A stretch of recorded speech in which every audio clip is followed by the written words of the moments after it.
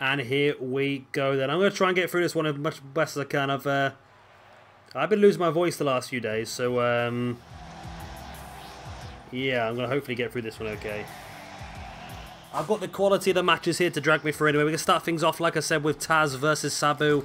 A real classic from the ECW days. Of course, they fought over the FTW belt, the Fuck the World belt, I believe it was called, wasn't it? For quite some time. Also, after this one, we're going to have Chris Hero taking on Daisuke Sekimoto. Then we've got Rosemary taking on Nikki Cross for the Women's Championship here. We've got Pentagon versus Mil Muertes. And we're finishing things off in this first video with a Fatal 4 match for the Hardcore Championship. Haku defends against Rhino, New Jack, and Bam Bam Bigelow. Yeah, my throat is a bit wispy, isn't it? I don't know what's happened with the last couple of days. It's really... Oh. Put my lava lamp on. I've just pressed loads of buttons on my keyboard. There we go.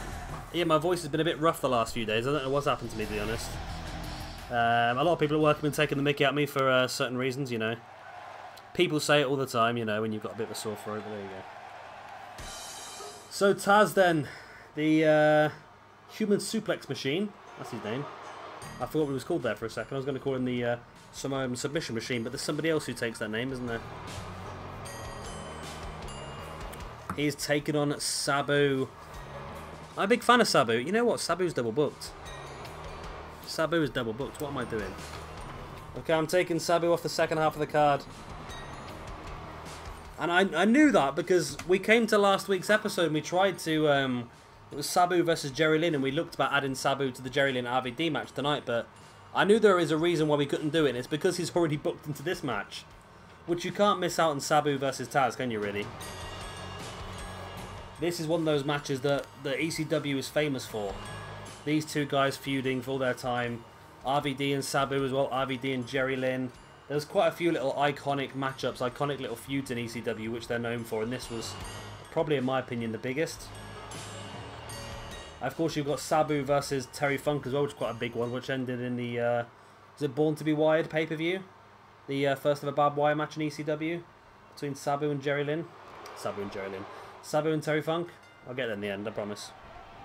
And we are underway with our opening match then of the evening. Our opening match of Shabby Mania Carnage. Of course, the winners of the championship matches here this evening. So we've got 4 matches belts. We've got Rosemary versus Nikki Cross. We've got the Hardcore Championship match, of course. Haku versus Rhino versus New Jack versus Bam Bam. In the second part of the video, we have got Sanity defending the Tag Team Championships against the Dem Dudley Boys. And then our main event of video number 2, Braun Strowman versus Bray Wyatt. The winner of those 4 matches will be guaranteed themselves a spot on the Carnage roster. But in fairness, I can see a lot of these people from Carnage this year being on Carnage again next year. Anyway, to be honest, it's quite a... Carnage is quite a specialised roster. It is the ECW of SWE. And although we have the draft for the other shows don't have as much... The other shows could have a roster of anybody and still wouldn't be a problem, because it just means every show is going to feel different every time. Like, you look at Adrenaline, you look at Octane, you look at Throwdown and Mayhem now. You look at what they're going to be like after our first draft of 2K18. Those 4 shows could be completely different depending on who gets drafted where. Whereas with Carnage, you feel like a lot of the same people suit this roster because it's more of a hardcore one. It's more open to interpretation of the rules. People can utilise weapons should they wish to. People can utilise the counts on the outside. It's not a major problem. And I feel like that's more suited to certain people on this game. We will have some new people joining the Carnage roster next year, I should imagine. But I dare say a lot of the people that are on here now might still be on here, including these 2 guys. I feel like these 2 guys are really at home on this roster.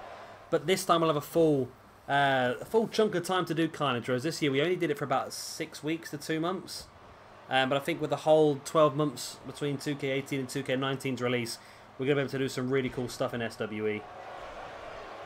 Because I feel like that's the way we're going to go from now on. I think SWE is definitely the way forward.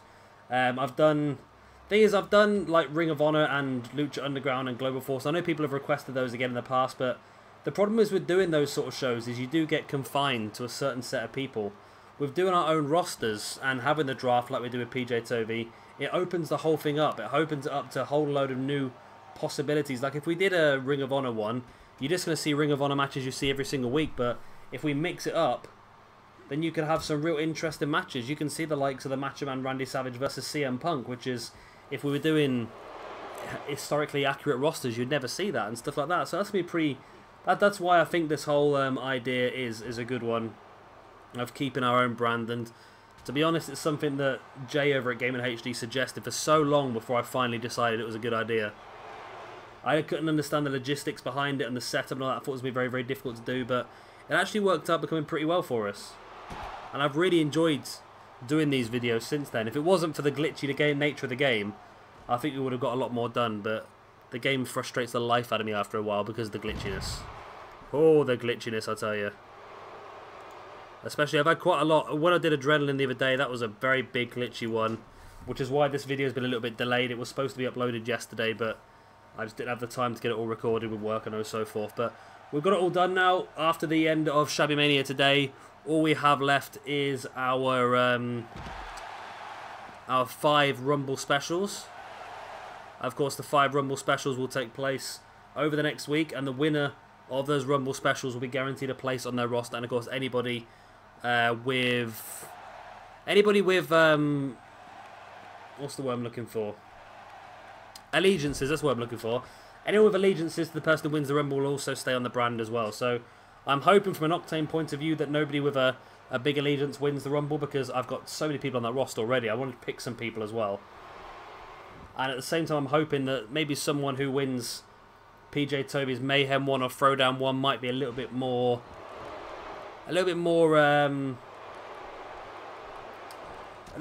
involved in a group, just to try and give me a little bit of help, because I'll be fine on Throwdown because I've only got 4 people on Throwdown, so we're going to get an early pick. It's not a problem at all.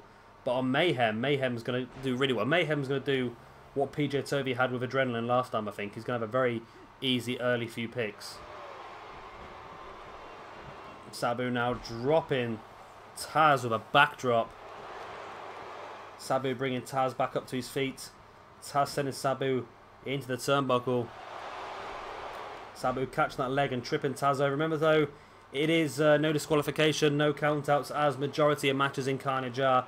Apart from the odd one here and there, I think Hero versus Daisuke Sekimoto is not. That's going to be a standard match because that's more what suits them. As Tazz here reverses the pressure of the figure 4 leg lock. Of course, when you roll it over, it reverses the pressure into the opponent who locked the hold in. It's a bit of an iffy one with that, isn't it? With the way that submission works, it's a bit of a risky one. A nice arm breaker there by Sabu, really utilising some really good technical manoeuvres here to try and weaken the body of Tazz. Tazz now heading up top, onto the turnbuckle. Sabu, overhang, I don't know what that's called, Houston Hangover? Is that what it's called on this game, I think? Tazz now taking Sabu up. Nice vertical suplex. Tazz bringing Sabu back up to his feet. Oh, gets in there on the back with a nice chicken wing suplex. One of them sort of lines, I think it's called. I'm never too sure, to be honest, sometimes. Collar and elbow? I don't know. He got him in a chicken wing suplex. He got him in a chicken wing position and launched him. I know that much. But Tazz is in firm control here now, just taking full control of Sabu. Right hand to the face. I think Sabu might have been busted open from that. We see him holding his face as Tazz drops the outside, maybe sensing the blood like a shark in the water, knowing that there's not much left to finish this guy off, and it's a kendo stick. Of course, kendo sticks was something that ECW were very much famous for as well. That's a stupid little bug, that, as well, where they can't get in the ring for a few seconds. They just run into the ring with a weapon right across the spine of Sabu. And yes, Sabu was busted open. I don't think that's going to bother him at all, to be honest. Normally, blood is a mainstay for Sabu, really.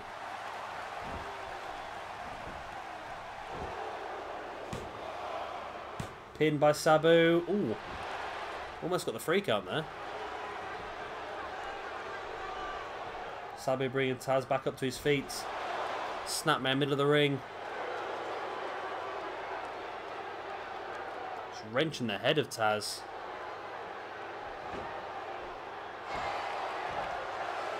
So Sabu really starting to get some control back in this one. Tazz picking up the kendo stick once again that he brought in now. Drop it to the floor. Decides he doesn't quite need it. Or is he going to go for something a little bit different? Looks like he's going for something a little bit different here. What toys can Tazz find underneath the ring? Please don't be a ladder or a table. It's a ladder. The worst one of them all. It would be an absolute great weapon if they utilised it correctly, but they don't. They try and use it as a blunt object. I want to try them to use the ladder as a ladder. Drape it over the barricade and put someone through it, or along them sort of lines. Don't just hit him with them. It's pointless. Tazz enters the ring now as well. We haven't seen a Tazz mission yet, though. Oh, right on point. Tazz locks in the Tazz mission here on Sabu. Is it going to be enough? Is Sabu going to have to tap out, or is he going to be choked out here? Or can he survive? Can he break free from this submission hold?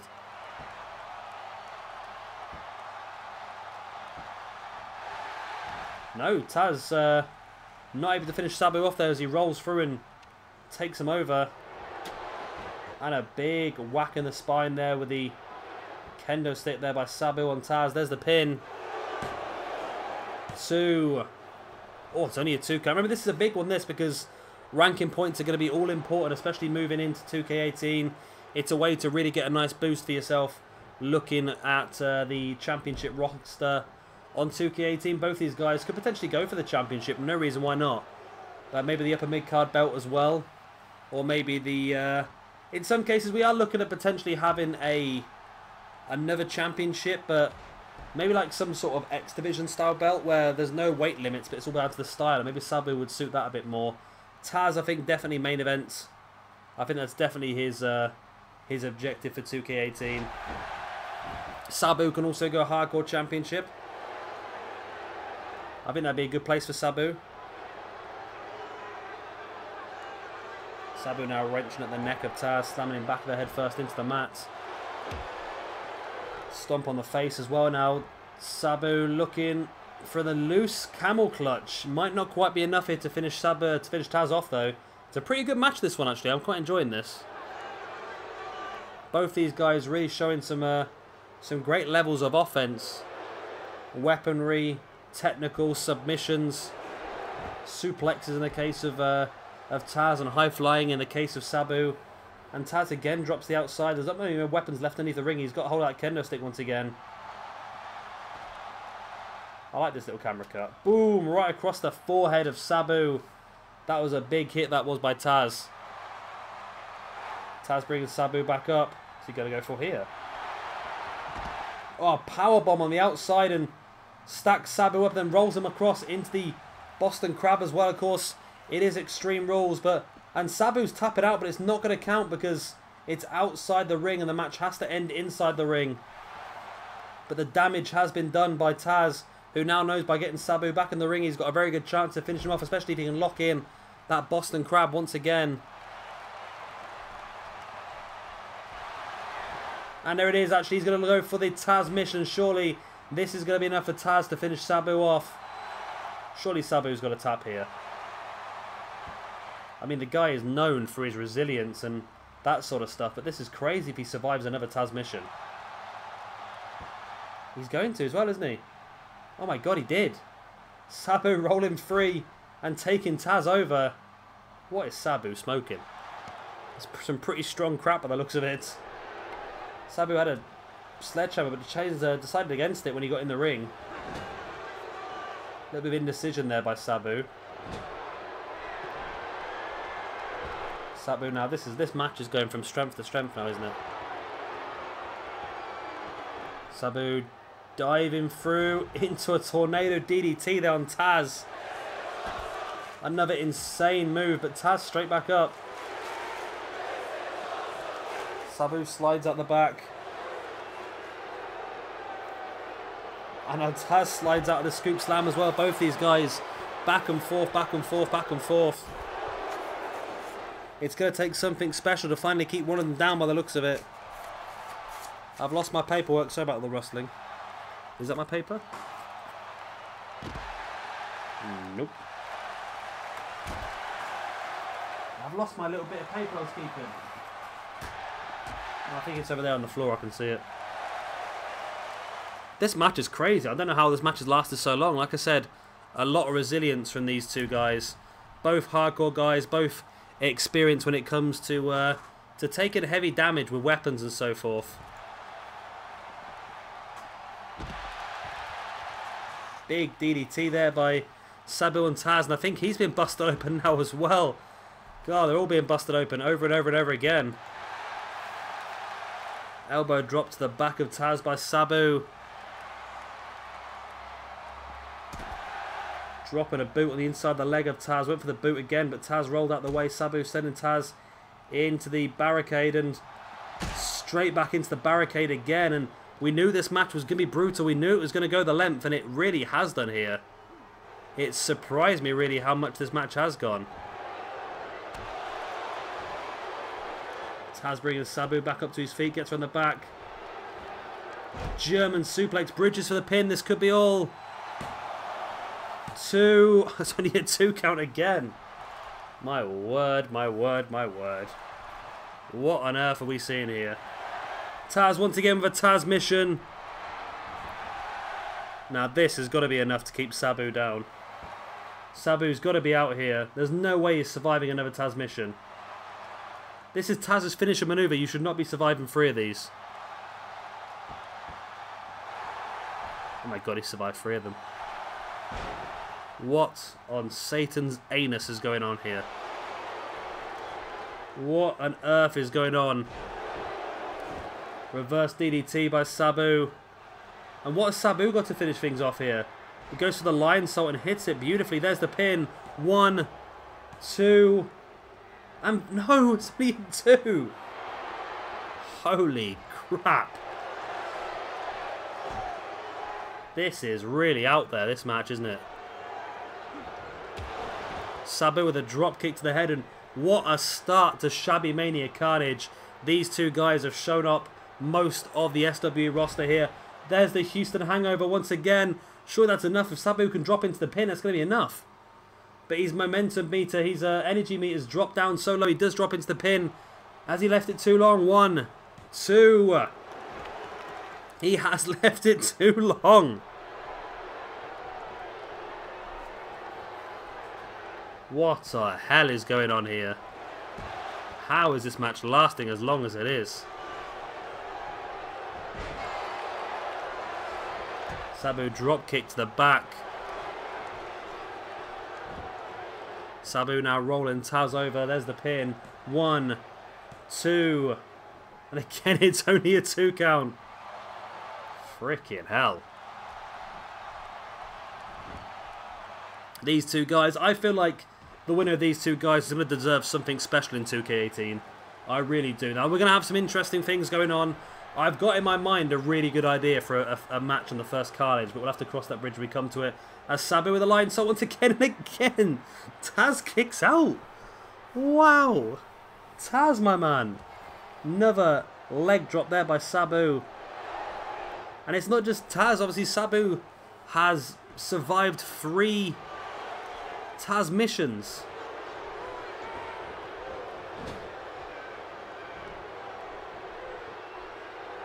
Sabu now taking Tazz up onto that top turnbuckle. Tazz fighting back with a boot in the face. Into a diving clothesline.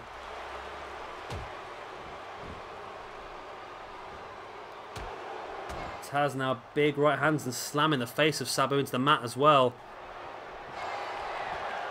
And there's a 4th Tazz mission of the match, surely. Surely Sabu's not lasting another one, surely not. I've said that in the last 2 though, so I can't say for definite, but... my god, it looks like he's going to survive.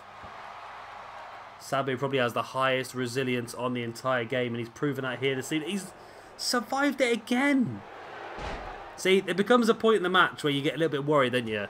It's like, is this a fantastic match? Or is this a match where the game just decides it doesn't want anybody to win? But maybe if Sabu here has another Houston hangover, we could see the end. Sabu. Houston hangover, there it is, the flipped leg drop. Don't stomp on him, pin him, Sabu. There's the pin. 1, 2, and 3. And it is Sabu who picks up the victory here in what has been one of the probably most interesting matches we've seen so far in SWE. That was insane. The length that match went was absolutely insane. I've never seen anything like it. Absolute craziness here in SWE. 4 Tazz missions, like 3 or 4 Houston hangovers as well. Weapons. Fight on the outside, throwing people into barricades. It was everything we ever could have expected from these two guys. We know it was a classic feud from ECW, and it has now become an instant classic here in SWE as well. Fantastic win for Sabu. Of course, all matches at Shabby Mania are worth triple points. So Sabu is going to be picking up himself 15 ranking points right here, which is a fantastic amount for him. And it's definitely going to help him push forward into Season 3 of SWE. Coming up on WWE 2K18.